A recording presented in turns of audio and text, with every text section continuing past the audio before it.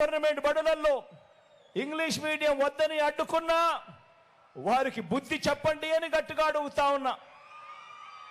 పేదలకు ఇళ్ల స్థలాలు ఇస్తుంటే కులాల మధ్య సమతుల్యం దెబ్బతింటుందని ఏకంగా కోర్టులో కేసులు వేయించి మరి వాదించిన పార్టీల భవిష్యత్తుకు సమాధులు కట్టండి అని చెప్పి కోరుతా ఉన్నా.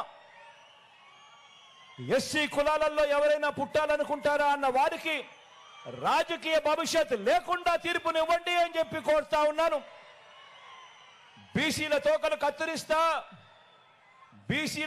కత్తిరిస్తా అన్న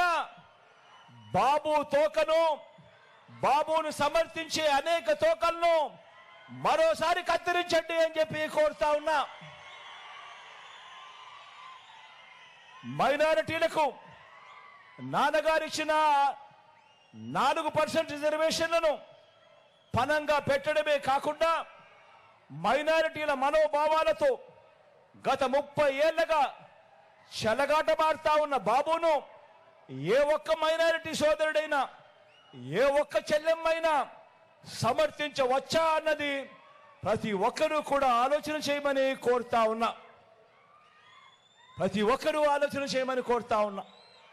ఈ వర్గాలన్నీ నాకైతే నేను నా నా నా నా అని హక్కును చేర్చుకున్న వర్గాలు. ఇక బాబుకు నా అని పిలుచుకునే వర్గాలు ఈ రాష్ట్రంలో అయితే ఎక్కడ కనిపించడం లేదు.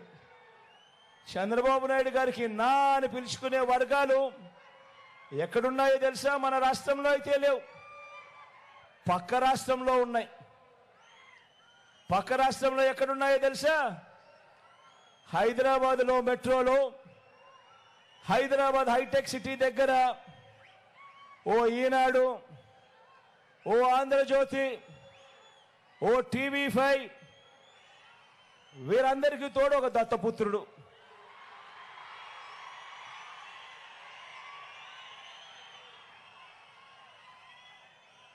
వీళ్ళెవరూ మన రాష్ట్రంలో ఉండరు. వీళ్ళ ఇల్లు ఎక్కడుంది అని అంటే హైదరాబాదు.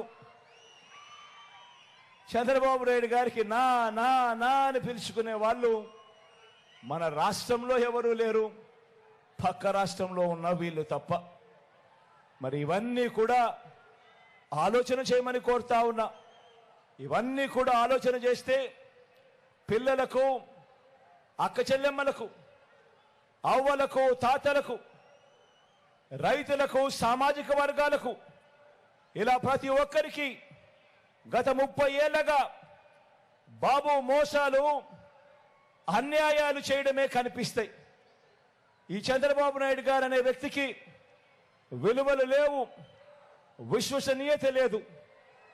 ఆయన పేరు చెబితే గుర్తుకొచ్చే ఒక మంచి లేదు, ఆయన పేరు చెబితే గుర్తుకొచ్చే ఒక మంచి స్కీము లేదు. ఆయన పేరు చెబితే గుర్తుకొచ్చేది మాత్రం